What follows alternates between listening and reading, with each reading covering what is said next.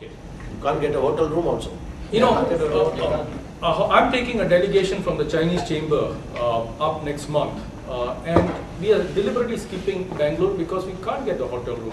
If you want to get a nice hotel room, 5-star hotel room in Bangalore, it costs you something like $400 US. You know, and that's how expensive it's getting. But even if you can get a hotel room, do you really want to go there and fight with everybody when there are so many other cities in India that gives you so many opportunities? There are 60 cities in India with more than 1 million population. 60. Out of this, you just have to pick 2 or 3 where you want to penetrate. And as he said, there's second tiers, there's the third tiers. And if you go in now, maybe the infrastructure is not as good, maybe the comfort level might not be as good, but this is the right time to get in, establish yourself so that you're first to market and you have captured the market share and you have got your cost base which is low, and then you build yourself up. By the time the cities come up, and they are coming up, you are a big player there. Nobody can dislodge you.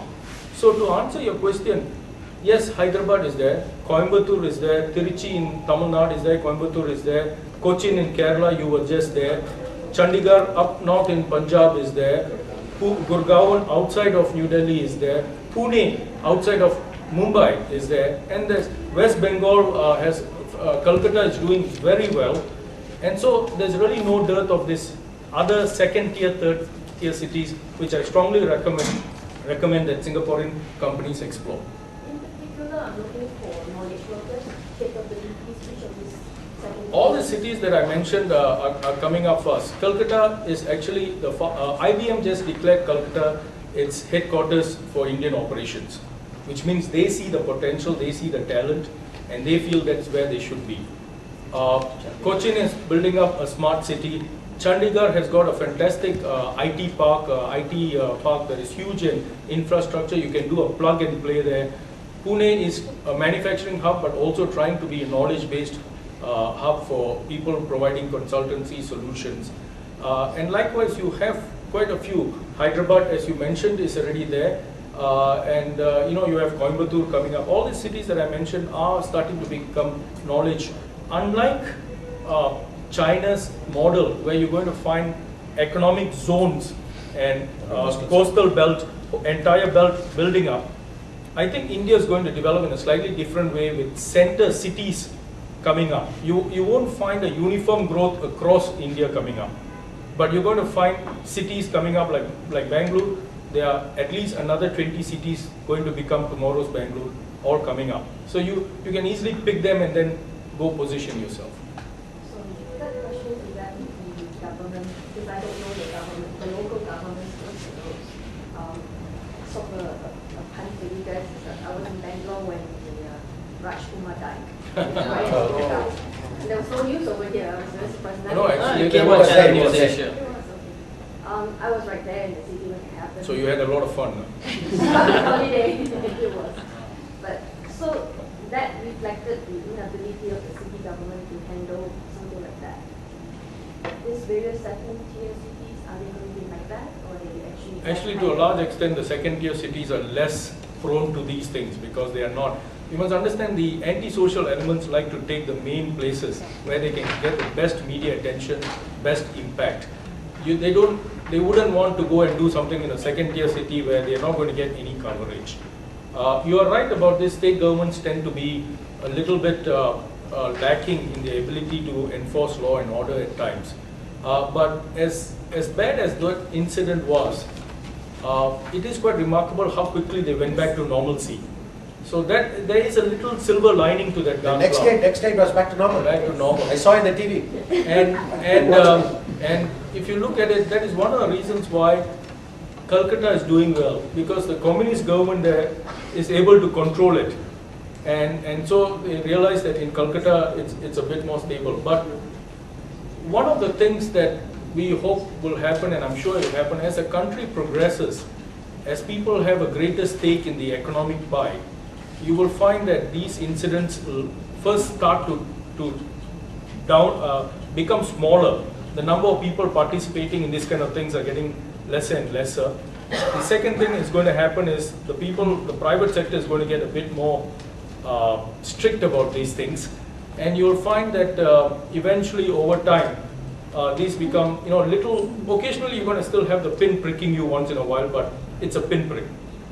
It's not going to cause any further damage. Sure. Yeah. The lady first and then, sorry, ladies first. Yes, with regard to Mr. Lach's response to China and the US situation right now and the relationships right now, the request. This will ultimately, in the days to come, will be expected from India as well. Because already the congressmen are screaming really loudly about the great trade deficits between US as well as India and China. So with that advantage and say that gap, how long will you anticipate it, and what would you think and envisage as visionaries in a visionary sort of way? Would it impact the economy in India, having it come from US, as well as how could we, people with you, of going in long term, 10 to 20 years of involvement in terms of building our businesses, should view this as well in a by and large picture as a whole. Thank you. You want to take it? I'll take part of the question, then you can add in.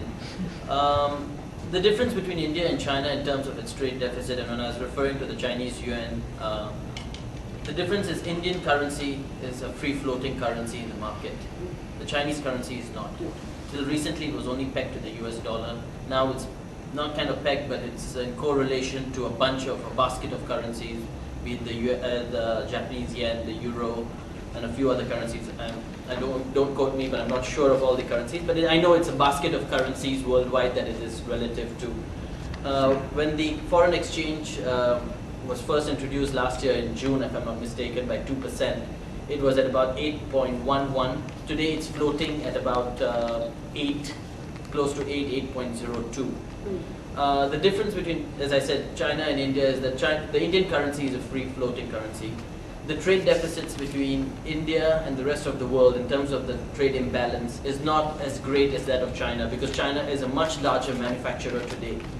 So going forward, I don't think that this is going to pose as much of a problem for India as it is posing today for China. I think it will be a far less impact.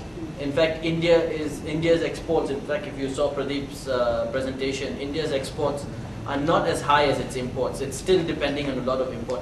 Though it has the capability to export far more, but it has not tapped into that opportunity. Today you are finding Chinese products in every corner of the world, but you still won't find Indian products in every corner of the world. So I don't think going forward, even 10, 15 or even 20 years, at least till at least I would retire probably about 30 years down the road, I don't foresee it to be too much of a major problem as compared to China, what they are experiencing today.